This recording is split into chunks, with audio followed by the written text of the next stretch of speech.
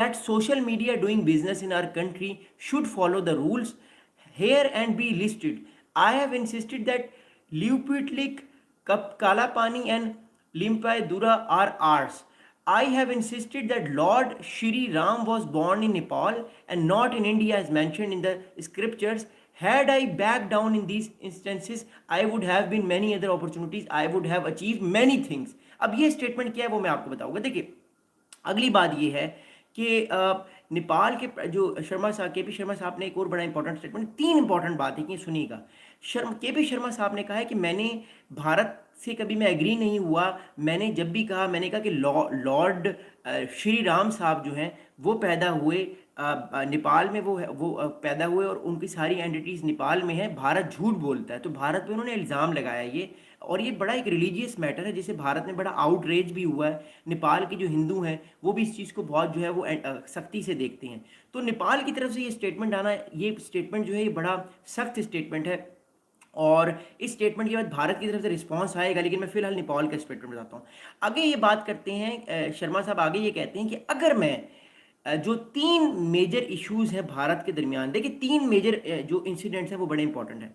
भारत कहता है कि लिपिटली, काला पानी और लिमा ली लिम्पिया दूरा, ये तीन इलाके जो हैं भारत ये कहता है कि वो उसके हैं. नेपाल ये कहता है कि नहीं, ये लिपलुटिक, काला पानी और लिम्पायदूरा, ये तीनों इलाके जो हैं ये नेपाल के हैं. तो एक डिस्प्यूटेड टेरिटरी भी है. मैं भी आपको नक्शे भी दिखाता हूँ इन तीनों चीज़ों के कि बेसिकली ये मैप्स में कहाँ कहाँ पे पाए जाते हैं. फिर इसके बाद मैं बताऊँगा कि भारत का इस मामले में क्या ख्याल है और नेपाल का इस मामले में क्या ख्याल है. शर्मा साहब कह रहे हैं कि मैं इन तीनों इलाकों को भारत का हिस्सा नहीं मानता था, मैं इन तीनों इलाकों को नेपाल का हिस्सा मानता था, और मैंने कभी भी इन तीनों इलाकों पर कंप्रोमाइज़ नहीं किया. इस वजह से मुझे भारत ने जो है वो निकाला है.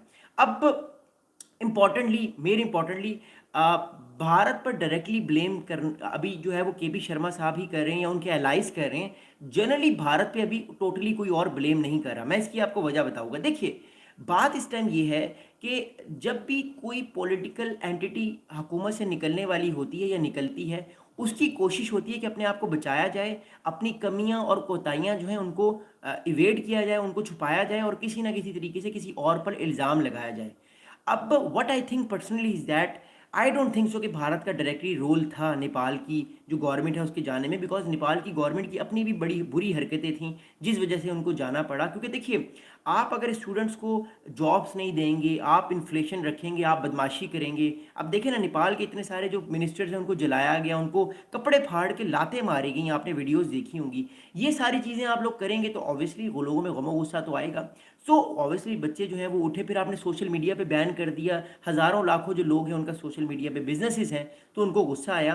तो but I think personally is that जो नेपाल के इस टाइम प्राइम मिनिस्टर लॉर्ड जो हिंदू हमारे दोस्त हैं, उनके जो गॉड हैं, जो हिंदू हमारे दोस्त हैं, उनके जो गॉड लॉर्ड शिवा हैं, और जो तीन इंपॉर्टेंट इलाके हैं लूपा लेक, इसके अलावा काला पानी और लिमाइन पेन दूरा, ये तीनों जो कॉरिडोर्स हैं नेपाल कहता है ये उसके हिस्से हैं. ये के पी शर्मा साहब कह रहे हैं अगर मैं कॉम्प्रोमाइज़ कर लेता लॉर्ड शिवा राम साहब के हवाले से, Lord Shri Ram, sorry I apologise for that, Lord Shri Ram साहब के हवाले से और इन तीनों इंपॉर्टेंट इलाकों के हवाले से अगर मैं कॉम्प्रोमाइज़ कर लेता तो मुझे जो है वो इंडिया की गवर्नमेंट जो है वो ना हटाती और मैं गवर्नमेंट में रहता.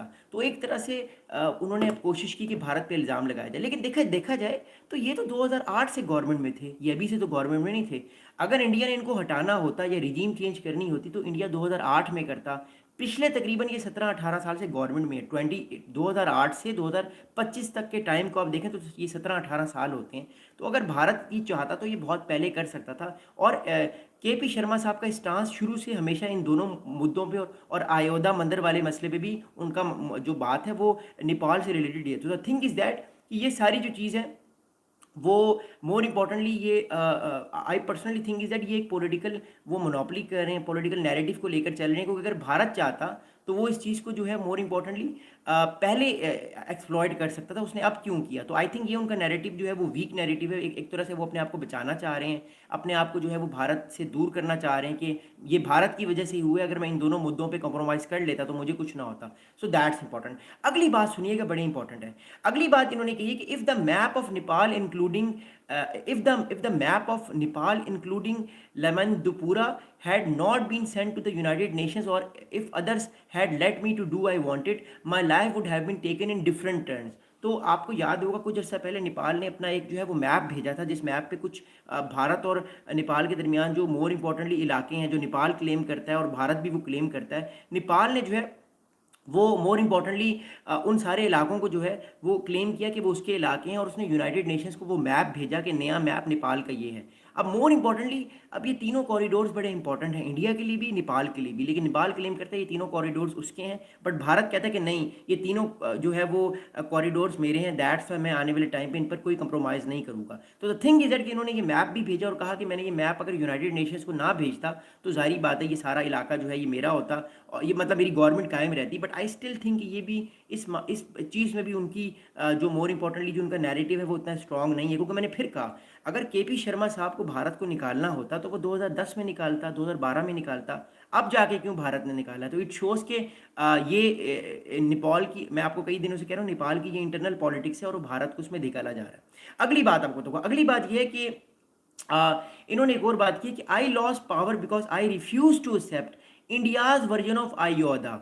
अब भारत ये अब जो इंडिया के हिंदू हैं वो ये क्लेम करते हैं कि लॉर्ड श्री राम जो हैं वो अयोध्या में और इंडिया में उनका क़याम था, लेकिन नेपाल कहता है कि अयोध्या जो इलाका है जहाँ पे लॉर्ड श्री राम का जो है वो एंट्री जो है उनका वो रहते थे या वहाँ पे उनकी पावर थी, वो सारी पावर नेपाल में थी। तो एक तरह से उन्होंने ये भी कहा कि ये मैं कंप्रोमाइज़ नहीं कर सकता था इस चीज़ पे, क्योंकि ये खुद भी के पी शर्मा साहब हिंदू रिलीजन से बिलोंग करते हैं। तो अपार्ट फ्रॉम दैट इन्होंने रिलीजन को यूज़ किया और अपने आप को कोशिश करें कि हिंदू रिलीजन को यूज़ करके, अपने रिलीजन को यूज़ करके किसी ना किसी तरीके से एंटिटी जो है वो ये करें कि वो अपने पावर को जस्टिफाई करें। और ऐसा नैरेटिव बेस्ड पॉलिटिक्स अगर आपने पढ़ी होगी तो ऐसा पॉलिटिशियंस करते हैं ताकि अपने आप को बचा सके किसी ना किसी तरीके से। तो यही गेम जो है ये इसमें हुई है।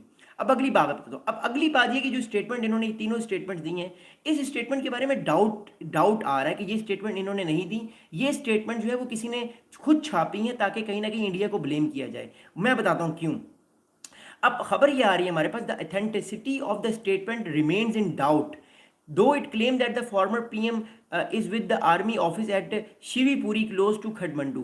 अब कहा जा रहा है कि जो स्टेटमेंट आई है जिसमें भारत पे इल्ज़ाम लगाया गया कि के पी शर्मा साहब ने डायरेक्टली कहा है कि ये किसी न्यूज़ रिपोर्टर को उन्होंने एक पैगाम लिखा है कि ये बेसिकली भारत की वजह से सारा कुछ हुआ है, अगर मैं भारत की सारी बातें मान लेता तो मेरी जो गवर्नमेंट है वो कंप्रोमाइज़ ना होती। लेकिन कहा जा रहा है कि इस स्टेटमेंट के बारे में जो है वो अथेंटिसिटी अभी नहीं है, हो सकता है कि ये झूठ हो, किसी ने खुद लिख दिया हो। लेकिन इंपॉर्टेंटली के पी शर्मा साहब की तरफ से भी डिनाइल भी कोई नहीं आया, क्योंकि अगर के पी शर्मा साहब या इनकी पार्टी डिनाइल कर देती तो हो सकता है ये